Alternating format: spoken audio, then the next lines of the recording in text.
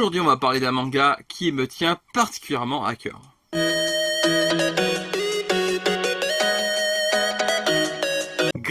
Ouh les gens, vous allez bien, c'est les Goshi. Et les Goshi, on se retrouve aujourd'hui pour parler d'un manga que je voulais absolument vous présenter. Le manga en question, il s'agit de Opus de Satoshi Kon. Alors Opus est un manga fini en 2 volumes aux éditions Imo, c'est au prix de 14 € le tome.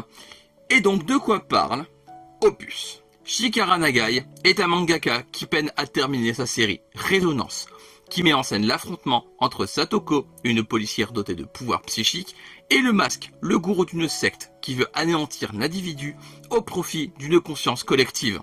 La veille de la remise des planches à l'imprimeur, alors que Chikara est sur le point d'achever ses dernières pages sur un autre de ses héros, le jeune Rin, son projet prend un tour inattendu lorsqu'il se retrouve aspiré dans son propre manga.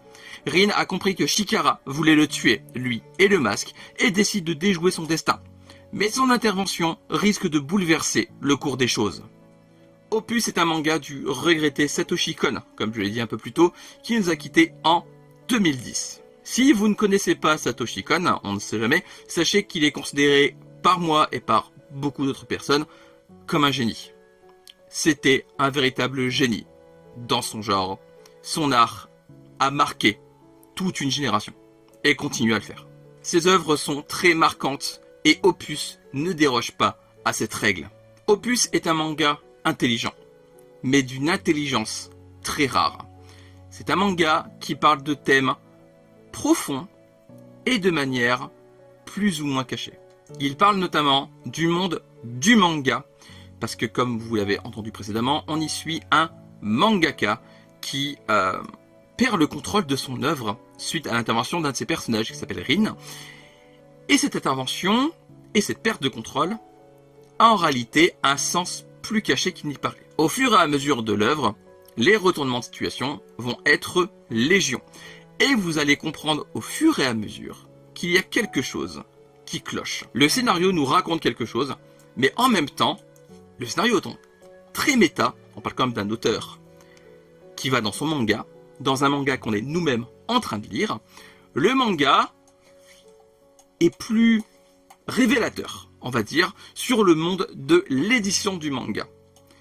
La perte de contrôle du manga par son auteur, c'est un sujet que traite également le manga pour notre monde à nous.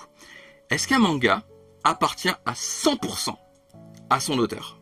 Parce que oui, est-ce que la maison d'édition n'a pas son mot à dire? Est-ce que le public et ce que va penser le public du manga n'influence-t-il pas l'auteur sur ce qu'il va en faire? C'est un sujet qui est traité par Opus et qui est excessivement bien traité. J'ai été happé dans Opus autant que l'auteur est happé par son œuvre. Clairement, c'est très prenant. C'est presque hypnotisant même. Et l'histoire est franchement passionnante. Vraiment, l'histoire se laisse lire toute seule. On a l'impression que on glisse sur les pages. Clairement, c'est fluide. On a directement envie de lire la suivante dès qu'on a fini la page qu'on était en train de lire. C'est une lecture que l'on ne voit pas passer, malgré l'épaisseur assez relative des tomes, il y en a 2. Mais clairement, c'est une lecture qui est agréable.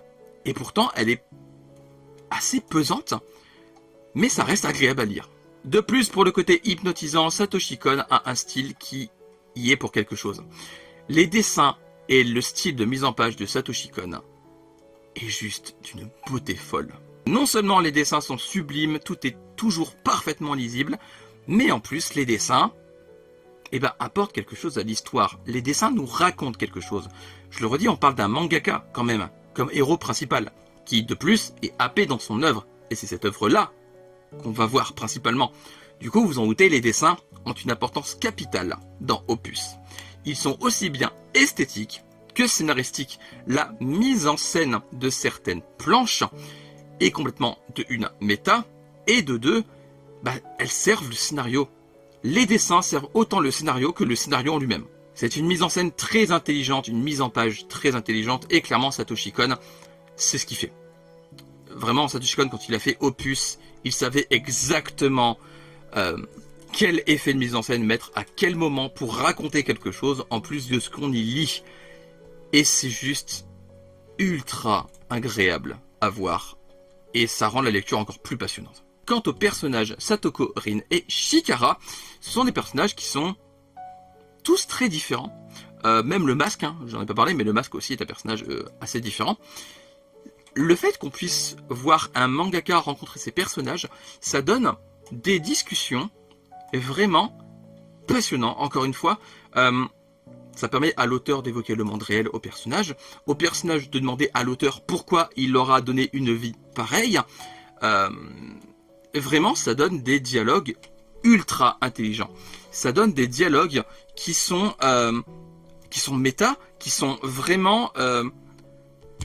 c'est dur à décrire. C'est très dur à décrire, mais sachez juste qu'il y a un dialogue en particulier qui vraiment m'a fait un petit pincement au cœur parce que ça évoque quelque chose qui est foncièrement vrai. Et vraiment, Satoshi Kon a l'habitude d'avoir des œuvres qui sont profondément à message. Voilà, ce sont des œuvres qui portent à réfléchir et Opus, encore une fois, ne déroge pas à la règle. Malheureusement, je vais vous parler plutôt du fait qu'une œuvre n'appartient pas forcément à son auteur. Et Opus le montre d'une manière assez triste quand on y pense. Opus est un manga annulé. Satoshi Kon a vu son manga annulé car le magazine dans lequel il était prépublié a fermé brusquement. Et du coup, il n'a pas pu finir Opus comme il le voulait.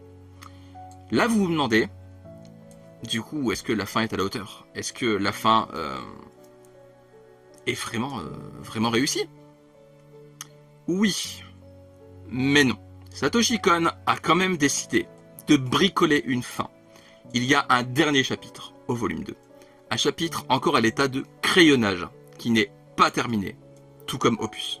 Ce chapitre fait mal au cœur. Je vais pas vous en dire plus, mais sachez que ce chapitre m'a vraiment fait mal au cœur, tout simplement. C'est un chapitre qui donne une fin amère, aussi amère que devait l'être l'auteur lorsqu'il a appris que son manga était annulé. C'est une fin qui colle parfaitement. Satoshi Kon nous a donné une fin intelligente, très intelligente. C'est une fin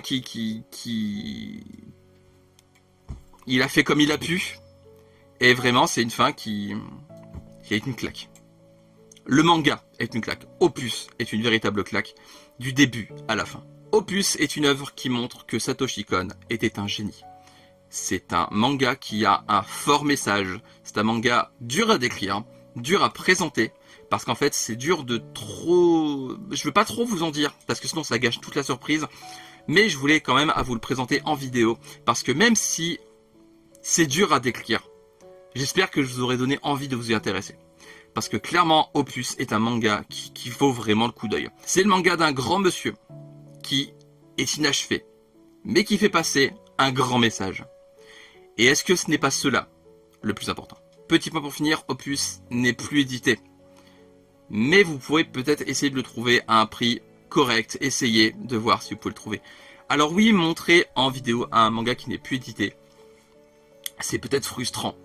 Mais je me dis que si vous tombez dessus par hasard à un prix correct, si vous ne le connaissez pas, peut-être que vous allez passer à côté. Et ce serait dommage de se priver de Opus. Si vraiment vous arrivez à trouver Opus, n'hésitez pas une seconde. C'est une œuvre qui est importante. C'est une œuvre qui est incroyable. C'est une œuvre qui est marquante. Comme tout le travail de Satoshi Kon. Et voilà, j'espère que cette vidéo vous aura plu. N'hésitez pas à me dire en commentaire si vous connaissiez Opus, si vous connaissez les œuvres de Satoshi Kon. Je n'ai pas tout lu ni tout vu de Satoshi Kon, mais c'est en cours. Je suis actuellement en train de... pas un marathon non plus, mais de lire au fur et à mesure, en étalant un peu les tomes, histoire de pas tout lire d'un coup, histoire d'en garder un peu... parce que j'aime bien découvrir au fur et à mesure, et si je découvre tout d'un coup, j'en aurais pu. Voilà, donc je préfère un peu étaler, mais sachez que... lisez les œuvres de Satoshi Kon et regardez les œuvres de Satoshi Kon parce que c'est également un grand réalisateur. Voilà, et grand scénariste également. Donc dites-moi tout ça en commentaire. N'hésitez pas aussi à me suivre sur mes réseaux. Tout est en barre d'infos descriptives juste en dessous, tout comme le lien de parrainage Neonbox. Et comme d'habitude, likez. partagez. Abonnez-vous, activez la cloche pour ne rien rater. Lisez des mangas, regardez des animés, jouez à des jeux vidéo. Mangez des pommes, parce que c'est très bon les pommes. On se retrouve bientôt pour une nouvelle vidéo. D'ici là, prenez soin de vous, portez-vous bien. Je vous fais des graou graou les gens. À la prochaine, bye bye. Tchou. Et tchou tchou.